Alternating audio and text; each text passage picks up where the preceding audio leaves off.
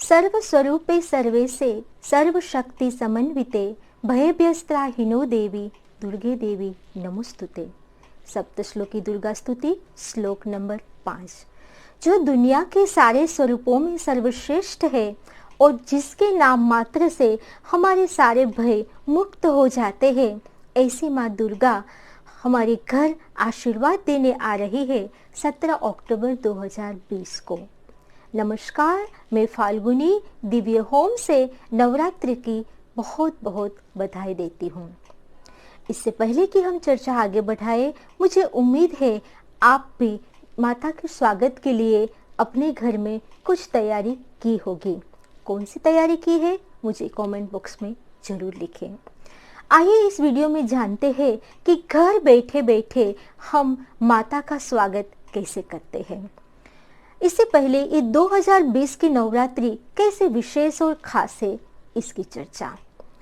2020 के नवरात्रि के प्रथम दिन ही सूर्य का राशि परिवर्तन होने से बुध आदित्य योग बन रहा है तथा लगभग 58 साल के बाद गुरु और शनि की युति वाला दुर्लभ योग भी इसी नवरात्रि में बन रहा है।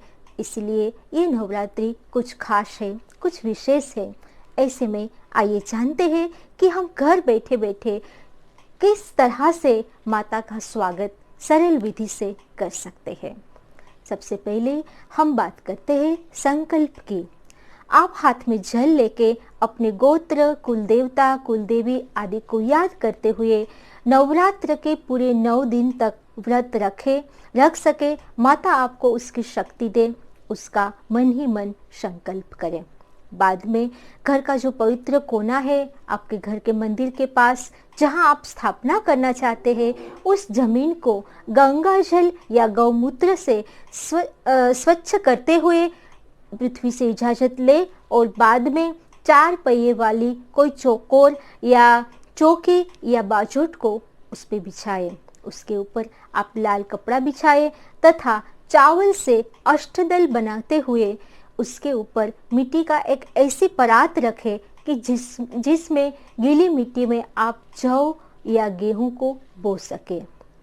उस मिट्टी के परात के बिल्कुल बीच में आप कलश स्थापना करें तथा उसके कंठ को मोली से बांध दे और बाद में वम वरुणाय नमः ये मंत्र बोलते हुए कलश में गंगा जल मिश्रित शुद्ध जल भरे। अब इस कलश में आप 5 चीजें डालें: हल्दी की गांठ, साबुत सुपारी, चांदी या सोने का सिक्का, छोटी सी दुर्वा और गंगा जल। ये 5 चीजें डालते हुए उसको आम के 5 पत्तों से ऊपर सुशोभित करें तथा उस कलश के ऊपर एक ऐसा ढक्कन रखें जो चावल से भरा हो। अब चावल से भरे हुए ढक्कन के ऊपर आप नारियल को स्थापित करें। याद रहे, ये जो नारियल है वो देवी का साक्षात स्वरूप है, इसीलिए उसका मुंह आपकी ओर होना चाहिए तथा उस नारियल को भी लाल चुनरी या कपड़े से मोली बांध के उसे सुशोभित करें। ये हो गई घर बैठे बैठे बिल्कुल सरल विधि से घट स्थापना की रीत। आगे बात करते हैं देवी स्थापना। घट स्थापना के लिए ऋषि मार्कंडेय ने देवी भागवत पुराण में लिखा है कि घट स्थापना करने से उसमें 33 करोड़ देवताओं का वास होता है जो हमारी पूजा के साक्षी बनते हैं। इसीलिए देवी स्थापना करने से पहले हमें घट स्थापना करनी ही चाहिए। अब देवी का कोई भी आह्वान मंत्र आपको ना आता हो तो भी सिर्फ सर्व मंगल मांगल्ये ये मंत्र बोलते हुए आपके घर में जो भी देवी के फोटो या मूर्ति अवेलेबल है उस मूर्ति को चौकी के किनारे पर रखें और बाद में उसको 16 उपचार से सुशोभित करें। ये 16 उपचार में आपको पता है आचमन, स्नान, गंध, पुष्प, धूप, नैवेद्य, दीप आदि से उसे पूर्ण माता का रूप देके उसे आह्वान करें, माता को बुलाए और बाद में उसे श्रृंगार करके पूर्ण सुशोभित करें। ये हो गई देवी की स्थापना। अब आगे बात करते हैं हम दीप स्थापना की। दीप जो है वो हमारे कर्मों का साक्षी है और वो ईश्वर के बिल्कुल समीप भी है। दीप स्थापना का और क्या महत्व है दीप का, ये बात जानने के लिए आप मेरा एक और वीडियो देख सकते हैं जिसकी लिंक मैं इस डिस्क्रिप्शन बॉक्स में डालने वाली हूँ। तो दीप जो है वो हमारे कर्मों का साक्षी है, वो हमें अवेयर करता है व्रत अनुष्ठान को अच्छी तरह से पालन करने के लिए। तो दीप स्थापना करने के लिए आप एक प्लेट के अंदर चावल भरें और उसके बिल्कुल बीच में आपके घर में जो दीपक आपने लिया है उस दीपक को स्थापित करते हुए दीप ज्योति परब्रह्म दीप ज्योति जनार्दन ये मंत्र या ओम ह्रीम इतना बोलते हुए दीप को प्रज्वलित करें। याद रखें, यदि आपको अखंड ज्योत लगानी है पूरे 9 दिन के लिए तो बाती आप मौली की ले सकते हो। इस तरह से बिल्कुल सरल विधि से घट स्थापना, देवी स्थापना और दीप स्थापना हो गई। अब बात करते हैं पूजा, पठन और जाप की। दुर्गा सप्तशती का जो पवित्र पुस्तक है उस पुस्तक का आप पूरे 9 दिन पठन कर सकते हैं। ऋषि मार्कंडेय खुद कहते हैं कि यदि ये 9 दिन हमने एक आसन पर दुर्गा सप्तशती पुस्तक का पठन किया तो माता प्रसन्न होकर हमारे घर में सुख समृद्धि देती है और घर में सकारात्मक ऊर्जा का वास होता है। इसके साथ साथ आप देवी के कोई भी मंत्र या गायत्री महामंत्र का एक लघु अनुष्ठान भी रख सकते हो। दुर्गा चालीसा, दुर्गा स्तोत्र, दुर्गा नामावली आदि का भी आप व्रत अनुष्ठान रख सकते हो।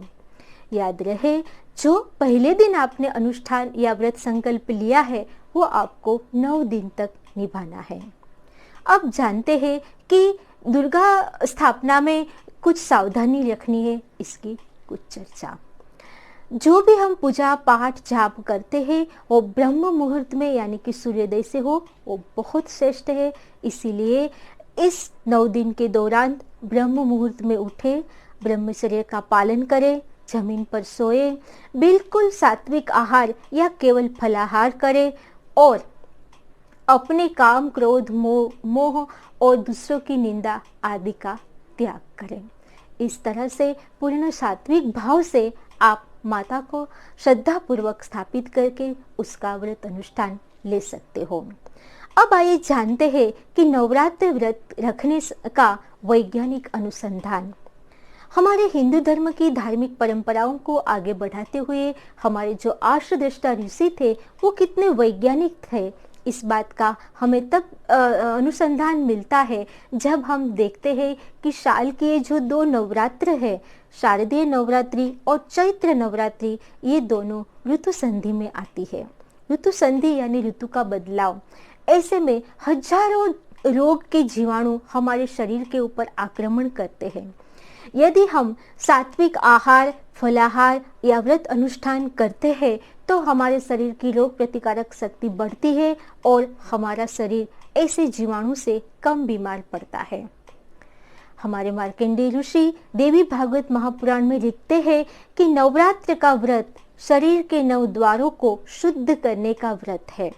यानी कि शरीर के अंदर जो हमारे 9 द्वार है उसे हमें स्वच्छ करना है। तो ये नवरात्रि में हमें सात्विक आहार या केवल फलाहार करके उसे शुद्ध कर सकते हैं, क्योंकि शुद्ध शरीर में उत्तम विचार आते हैं। उत्तम विचार से शुद्ध चरित्र का निर्माण होता है और शुद्ध चरित्र से ही एक सशक्त समाज बनता है। ये है हमारे वैज्ञानिक आर्षदृष्टा ऋषि की सोच। और इसी धार्मिक परंपरा को आगे बढ़ाते हुए हमारे ऋषियों ने हमारे खान पान के व्यवहार को भी धर्म के साथ जोड़ दिया है। उम्मीद है मेरी ये छोटी सी कोशिश और ये सरल विधि आपको अच्छी लगी होगी।